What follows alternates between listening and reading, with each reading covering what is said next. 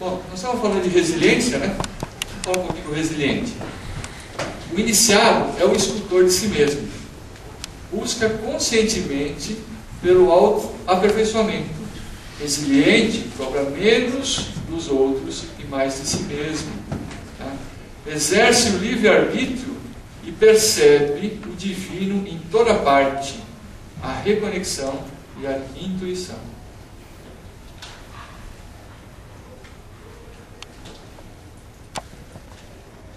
Olha que interessante. Formas iguais, informações iguais e formas diferentes.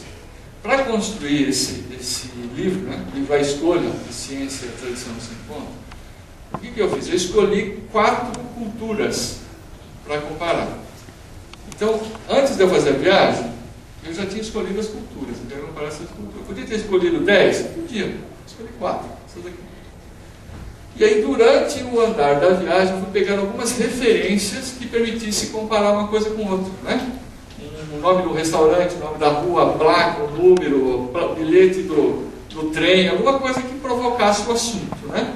Então você pode ler o livro como se fosse só um romance. Não, só um romance, só uma historinha de um pessoal que subiu os Andes, desceu os Andes e se divertiu um montão. Tem um monte de dicas, inclusive, de lugares para você almoçar 3 pessoas com $20 e sair muito bem alimentado. Umas dicas bem legais. Mas, no meio disso tudo, tem essas referências, referência grega e egípcia, referência hindu, referência dos povos andinos e dos hebreus. Só que não de uma forma chata. Se você catar um livro desse só dessa cultura para ler, vai ficar, um troço assim meio que técnico demais. O que nós fizemos? Nós fomos mesclando, tá, de uma forma agradável, de uma forma leve. Ficou tão leve que eu recebi um e-mail de um aluno recentemente, falou: professor, é o primeiro livro que eu li até o fim. Pô, isso é um presente, né, cara? O primeiro livro que eu li até o fim.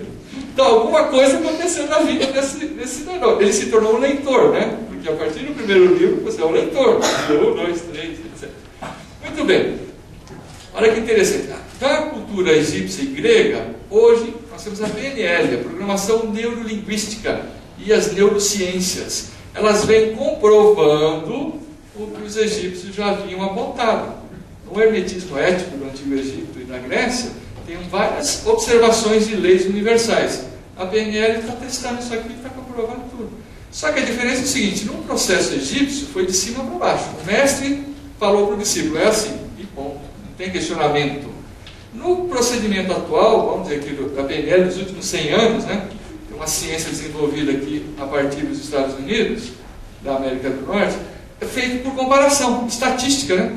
Modelos de comparação. Você faz tais comportamentos e qual é o resultado que dá tal comportamento. Então se você fizer esse comportamento, acontece esse resultado. Exatamente. Pois muito bem, é a mesma coisa. Vamos falar da neurociência. É uma experiência interessante. Um indivíduo foi fazer um jantar. Jantou, tal, né? Comeu, maravilhoso, tal. E eles observaram quais as áreas do cérebro estavam sendo acessadas durante o jantar. Ele disse: o paladar mais azedinho, tal ar mais doce, tal coisa, líquido, sólido, maravilha. Aí chamaram o indivíduo no outro dia e falou: bom, agora me conta como é que foi ontem. O que aconteceu? Ontem eu vim aqui, eu fui jantar, a mesa estava ali, tinha tal coisa, tal. Quais as áreas do cérebro foram acessadas? As mesmas. Olha que interessante. O teu cérebro processa igualzinho a sua memória e o fato que está acontecendo no momento. Ele não distingue o que é realidade, assim, o fato, eu estou jantando agora, ou eu estou lembrando do jantar de ontem. Tá? Então, olha que perigo e que oportunidade que nós temos. Porque se você ficar lembrando de coisas agradáveis, ele vai trazer de volta coisas agradáveis. Ao passo que se você ficar lembrando de coisas destrutivas, ele vai trazer de volta as coisas destrutivas. Ele não tem a noção, ele não tem a decisão. Não vou pensar essa coisa porque é chato. Não tem. Quem decide isso é você. Na questão aqui dos hindus, nós pegamos aqui uma referência bem adequada, né? Que é um jeito elegante de se buscar o sucesso. O Dr. Deepak Chopra fez um trabalho muito legal, fazendo uma tradução. Você pegou alguns trechos dos Vedas e trouxe para uma forma bem simples para a gente entender, nós ocidentais, né? E até ele fala uma coisa interessante, né? abra seu coração antes que um cardiologista o faça. Se você não abrir seu coração, você vai parar de cardiologista. Aí você fala, mas o que isso tem a ver comigo? O que tem a ver é o seguinte, de novo, ó, descoberta científica, comprovação. Só 3% das enfermidades são de ordem genética, ou seja, não tinha como evitar, estava no seu DNA essa programação. 97% do restante foi causado por você mesmo, por mim mesmo, pelas escolhas que nós fizemos. Essas questões de problemas cardíacos, por exemplo, são problemas de se abrir, de se relacionar. Não aceita, não relaciona, uma hora enguiça. No caso dos andinos aqui, eu me orientei pelos incas, né? Mas é incrível a percepção deles de simplicidade, né? Tudo que eles fazem é simples e durável, estável, tem uma estabilidade, uma constância, né? Eles não brigam com a natureza. Os incas, para você ter uma ideia, eles tiveram uma nação maior do que a nossa aqui no Brasil. A nação deles vinha de norte, lá desde o Equador, perto da América Central, até o Chile. Era tudo território deles. E como é que eles faziam os outros povos aceitarem a cultura deles? Simples. Eles controlavam a água. Então, onde está a água daquele povo? Ele domina ali. Então, não precisa exército com muitos soldados. É só um pouquinho. Controlar a água e pronto. Eles estão conectados. Né? Eles aceitam uma fusão, uma cooperação. Quanto aos hebreus, né? Eu fiz um ensaio aqui que tratar da cultura hebraica apenas como economia, né, como financismo, né, é desperdiçar o melhor da festa. Melhor da festa. Tem um ensaio sobre a Cabala, que alguns pronunciam Cabalá, fica a gosto do cliente, tá? E tudo que se estuda sobre isso é sempre de uma forma complicada, inacessível. Dá a impressão que foi feita para você desistir de estudar. Tá? O que aconteceu? Porque aqui eu inseri as notas que eu mostro como é que você entende. Porque assim, ó, ela está falando da criação do mundo. A criação do mundo veio do todo, né, do né, até chegar na multiplicidade, até chegar em tudo que existe aqui espalhado. Só que para você entender, não é do para a multiplicidade.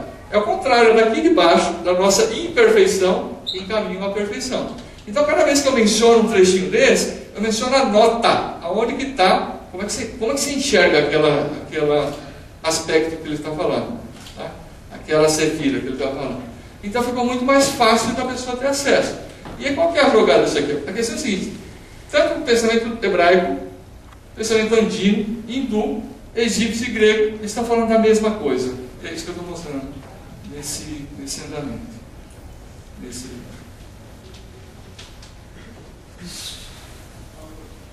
Aqui nós estamos vendo o interior do trem, né? No sentido de Nova Tupira. Um trenzinho bem gasto já, viu, gente? Se não tiver 100 anos, não digo nada, né? Está perto. Né? E tem gente que foi à noite, né? Viaja à noite. Eu fui de dia. Aqui nós temos uma foto olhando a cidadela, né? O acesso para essa cidade, antes desse movimento cultural, assim, turístico do último século, era feito por pontes levadiças, né? Eram pontes de corda que ligavam de um lado ao outro. E é tão perfeito que tem pontos estratégicos na cidade em que você olha os caminhos lá embaixo, você vê os rios, você vê os acessos. É impossível alguém chegar nessa cidade sem ser visto. Esse é um animal típico da região, muito simpático, viu? Tem bastante solto por lá, um pelinho muito macio, parece... A gente tem a impressão que o pelo é áspero, né? Um pelo macio, mas pelo de gato. Isso aí aproximadamente a minha altura vai ter um animal desse aí. É pequenininho. Não que eu seja grande, né? A gente olha assim, parece de pelúcia, né? E interessante, as roupas feitas dessa lã, elas não te incomodam no calor, são altamente adaptadas para o frio à noite. Olha, aqui é chá de coca, chá de mate e tal. Lá eles quase não tomam chá de coca, eles dão para nós turistas, porque nós não temos adaptação para respirar na altitude, né? Nós estamos acostumados aqui, lugar baixo. Então você chega lá, você tem uma sensação desagradável de falta de ar, de cansaço terrível. Você tomou a primeira xícara de chá de coca, pronto, passa daqui 10 minutos, você já está no clima e tal. Aí já me perguntaram, e aí, tá barato o chá de coca? Não. Sinto muito, mas não está barato nem. É um chazinho. Né? Aí, o uso, olha que interessante, o uso de coca como droga é coisa dos ocidentais, não é coisa dos antigos. Para eles isso é um chá, como é um mate, como é uma erva qualquer que você usa como medicação ou alimentação. Né? Aqui é um trecho indo para Águas Calientes. Né? Tem um lugar muito curioso aí que tem termas, né? É no pé da montanha lá que a gente sobe para Machu Picchu, o município ali se chama Águas Calientes. E a gente teve o cuidado de ir nessa fonte e tal. E aconteceu um fato muito interessante que a gente relata, inclusive, no livro. Nós chegamos diante da uma cachoeira, tinha que ir com um guia, né? Aqui é uma pegadinha, vocês reconhecerem o que é real aí e o que é pintura, tá? Tem coisas aqui nessa imagem, uma foto de um bairro, né? Tem coisas que são de verdade e tem coisas que são de pintura, né? O artista que pintou é um nativo, né, de origem inca, e ele aprendeu sozinho, ele é autodidata, né? E quando nós fomos até a cachoeira, nós fomos com um guia e com mais outros turistas. E quando nós voltamos, paramos nesse barzinho aí e nós estávamos tranquilos, tomamos um suco de fruta e tal. E a gente notou que o outro turista, ele estava incomodado. Sabe o que é incomodado? Ele fumava, pedia um cigarro, uma coisa fumar, ele tremia. Já tomou logo um uísque duplo, o cara estava precisando voltar para esse ambiente que ele está acostumado, um ambiente que tem álcool, que tem nicotina, que tem estresse e tal. Então aquele contato com a cachoeira incomodou ele ficou perturbado. Né? Ele voltou assim. E a gente tomando nosso suco de fruta, pedindo lá o que eles chamam de misto, né? Um monte de fruta misturada. E a gente estava tranquilo, estava gostoso, estava curtindo aquele paladar, né? Aí a gente olhou do outro lado da mesinha, nesse mesmo botiquinhozinho lá, o cidadão tremendo chamou a atenção.